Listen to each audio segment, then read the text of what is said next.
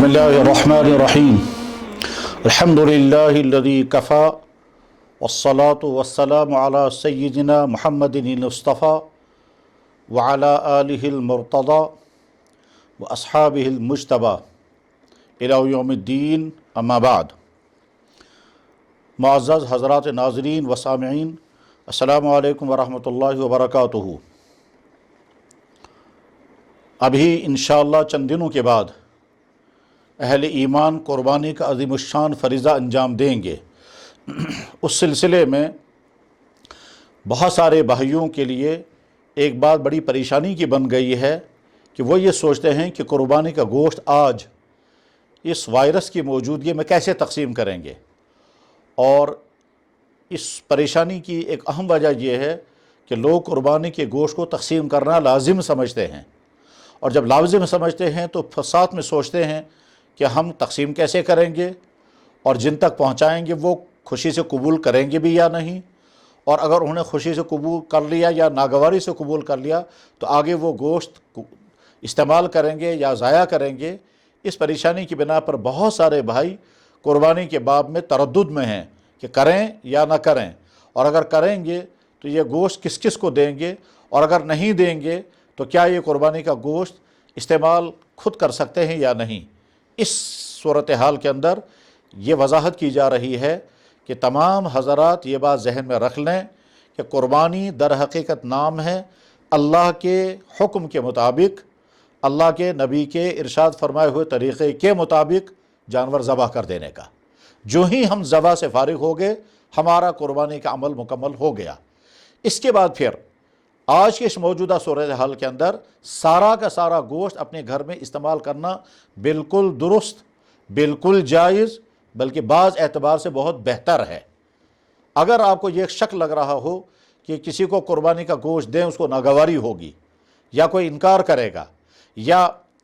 ناگواری کے ساتھ لے لے گا لیکن آگے چل کر نہیں معلوم ہو وہ استعمال کریں گے یا ضائع کریں گے، اس صورتحال میں افضل یہی ہے کہ سارا کا سارا قربانی کا گوشت اپنے گھر میں رکھ لیں، اور گھر میں رکھنے کے بعد جتنا اپنے گھر والوں کے لیے چند دنوں کے اندر استعمال کیا جا سکتا ہو وہ کریں، اور بقیہ گوشت ضائع ہونے سے بچانے کے لیے دو طریقوں میں سے ایک طریقہ اختیار کر لیں۔ یا تو گوشت کو خشک کر لیں، اور خشک کرنے کے بعد پھر آگے مہینوں تک استعمال کر سکتے ہیں۔ خشک کرنے کا طریقہ کتابوں میں لکھا ہوا ہے، مختلف چینلوں سے معلوم ہو سکتا ہے، اس سلسلے میں کلپیں بھی ملتی ہیں،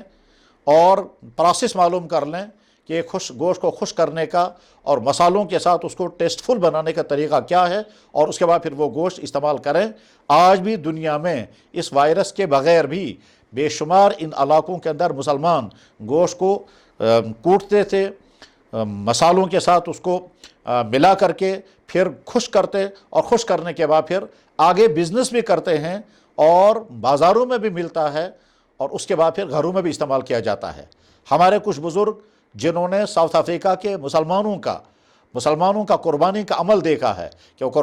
قربانی کرنے کے بعد اس جانور کا گوشت چھوٹے چھوٹے پیسوں میں ایک خاص پروسیس کے ساتھ مسالوں کے ساتھ ملا کر کے پھر اس کو پکا کر پھر اس کو خشک کر کے پھر محفوظ کر لیتے ہیں، اور وہ مہینوں بلکہ سالوں تک استعمال ہوتا رہتا ہے۔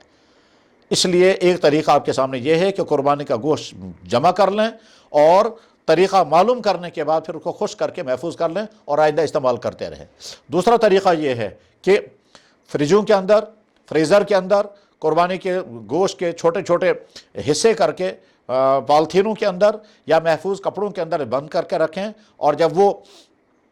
-5 -10 میں رہے گا تو مہینوں تک وہ محفوظ ہو جائے گا، اور اس کا پھر جب چاہیں آپ اس کو استعمال کر سکتے ہیں۔ خلاصہ یہ ہے کہ قربانی کے گوشت کے تقسیم کے سلسلے میں ہرگز پریشان نہ ہوں۔ کنکلوڈ کرتے ہوئے میں عرض کروں گا، قربانی کا گوشت تقسیم کرنا لازم نہیں ہے، سارا کا سارا گوشت خود استعمال کرنا جائز ہے، اور اگر کسی نے سارا گوشت اپنی ذات کے لیے استعمال کیا تو اس کی قربانی مکمل اور درست ہے۔ اسلام نے ہم کو